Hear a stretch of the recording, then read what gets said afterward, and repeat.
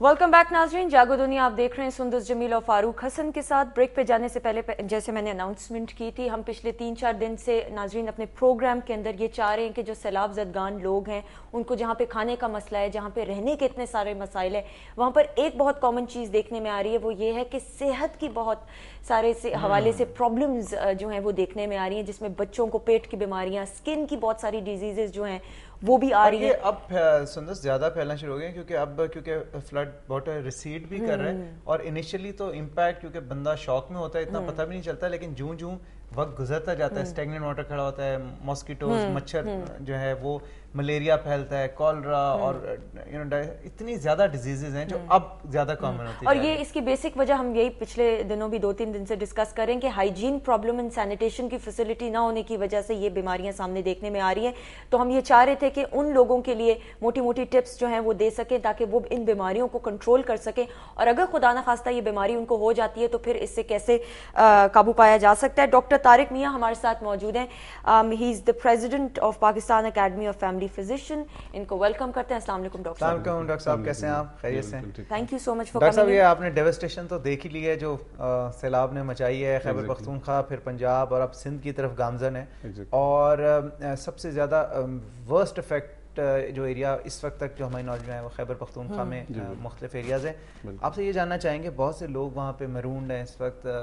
उनका सही living conditions नहीं है, सैनिटेशन के सही हालात नहीं है, और कॉमन डिजीज़ जो हैं वो अब फैलना शुरू हो गई हैं। और बहुत से कॉलर्स हमें कॉल करके भी पूछते हैं। आपसे सिर्फ ये जानना चाहेंगे कि एक तो बेसिक असूल होते हैं बीमारियों से बचने के, आप हाइजीन अच्छी रखें, सैनिटेशन सही रखें, लेकिन ये जानना चाहते हैं कि अगर कोई किसी का लेट से पेट ख़राब हो गया, जो कि बहुत कॉमन सी है, स्नेक बाइट हो गया किसी को,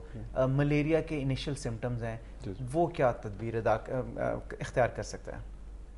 बेसिकली जी ये है कि कैंप्स में या जहाँ पे भी गैदरिंग ज़्यादा होगी और वो प्रॉपरली पहले अरेंजमेंट तो हुई नहीं होती, और पुअर सैनिटेशन की वजह से, और पानी का जो बेसिकली हमारी बेशुमार बीमारियाँ जो हैं वो औरली जो हम मुंह से लेते हैं फीड, उसके ज़रिए फैलती हैं। और उसमें पानी जो है ना वो बेसिक चीज़ है। पानी अगर साफ़ मिल जाए तो मेरे ख्याल है इससे 70-80% बीमारियाँ हम वैसे ही दूर कर सकते हैं।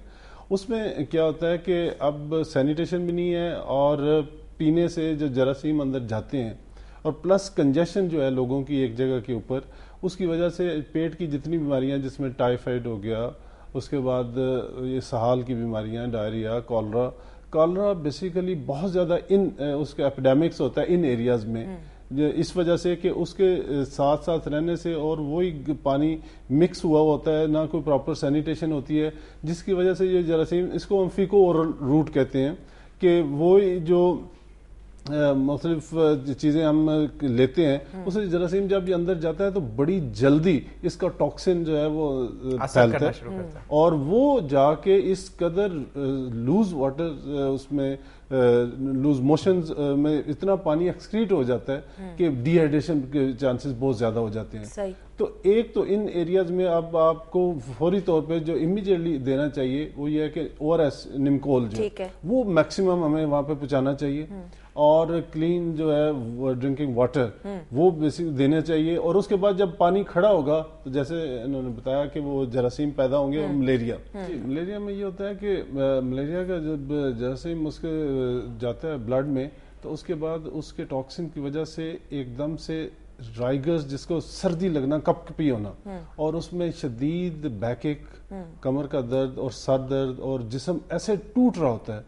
और इसमें यह होता है कि वो अल्टरनेट डेज के ऊपर होता है, एक दिन बुखार होता है फिर एक दिन नहीं होता, इस तरह से करके, और पेशेंट जो है वो एकदम से बहुत ज़्यादा तेज़ बुखार की वजह से इतना एग्जॉस्ट हो जाता है कि इसमें यह है कि हम उन लोगों में एहतियातन जो है वो उन्हें टैबलेट्स दी जाए मलेरिया की, ताकि जो लोग इन एरियाज में डेफिनेटली वो फैलना ही फैलना है, ताकि उन्हें हम प्रिवेंट कर सकें। क्या मलेरिया कंटेजियस है? अगर एक कमरे के अंदर 7-8 लोग रह रहे हैं एक खानदान के, तो वो कैसे बचाव कर सकते हैं उनको खुदा न खास्ता ना हो उसमें आपको सब लोग जानते हैं कि मलेरिया जो है वो मच्छर से फैलता है। अब ये वैसे एक आदमी से दूसरे को नहीं लग सकता, जब मच्छर उसको काटेगा उसके ब्लड में वो जरासीम होते हैं, वो मलेरिया उसमें मॉस्किटो में जाते हैं, और वो मच्छर जब दूसरे को काटेगा तो वो ट्रांसफर करेगा वो जरासीम, वो वेक्टर है मलेरिया, ये जो मच्छर है। तो एक अगर पॉसिबल हो तो ऊपर कोई चादर वगैरह या ले लें, और या मच्छरदानी अगर पॉसिबल हो तो वो ले लें, اور اس کے علاوہ آئل ہوتا ہے, وہ آئل ہے, کریمز ہیں جو ماسکیٹو ریپیلنٹ, وہ یوز کر لیں. اگر میں خیال میں جو لوگ ایڈ دے رہے ہیں یا جو مدد کرنا چاہ رہے ہیں وہ اس طرح کی چیزیں اپنے ساتھ لے جا سکتے ہیں. جو ماسکیٹو ریپیلنٹ کریمز ہیں وہ بہت فائدہ مند ہوں گی. اس کے علاوہ اسکن ڈیزیزز ہیں, اس سے ہم نے پریونٹ کرنا ہے, چونکہ بیسیکلی یہ چند ایک چیزیں ہیں جس میں اب اس میں خارش بہت زیادہ ہو جاتی ہے, اور infection, bacterial infection, fungal infection, scabies بھی بالکل ڈیفینیٹلی جب اکٹھے رہیں گے تو اسکیبیز بھی بہت زیادہ پھیلتی ہے. یہ 4-5 ڈیزیز اس لیے جو لوگ لے کے جا رہے ہیں وہ بجائے اس کے کوئی ہائی فائی میڈیسن مطلب بلڈ پریشر کی یا ڈائبٹیز کی یا اس طرح کی دوسری ڈیزیز کی بجائے بیسک چیزیں جو گیسٹرونٹرائٹس کی میڈیسن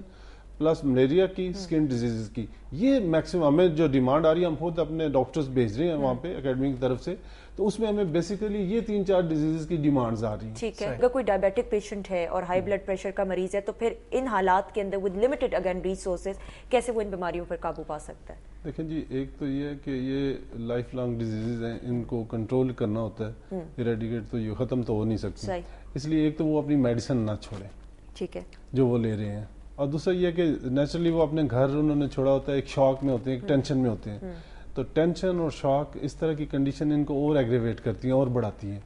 تو ایک تو یہ ہے کہ اب جو اللہ تعالیٰ کی طرف سے مصیبت آئی ہے, ایک چیز آ گئی ہے, اس کو ہم ایکسیپٹ کریں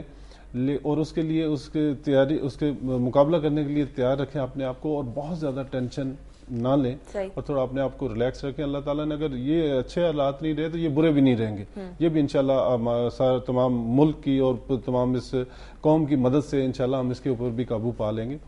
تو ایک تو یہ ہے کہ وہ اپنی وہ روٹین کی جو میڈیسن ہے وہ ضرور لیتے رہیں, کیونکہ اگر چھوڑیں گے, ڈائبٹیز یا بلڈ پریشر والے جب بھی چھوڑیں گے تو ان کی دونوں چیزیں خراب ہوں گی,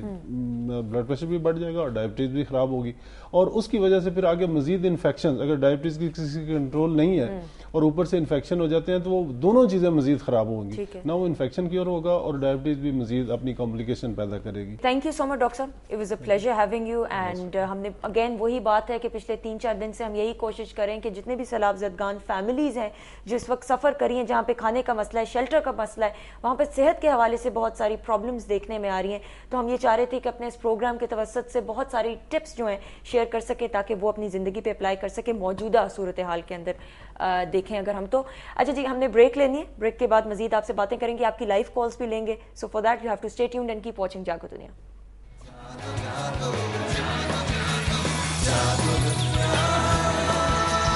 Jago,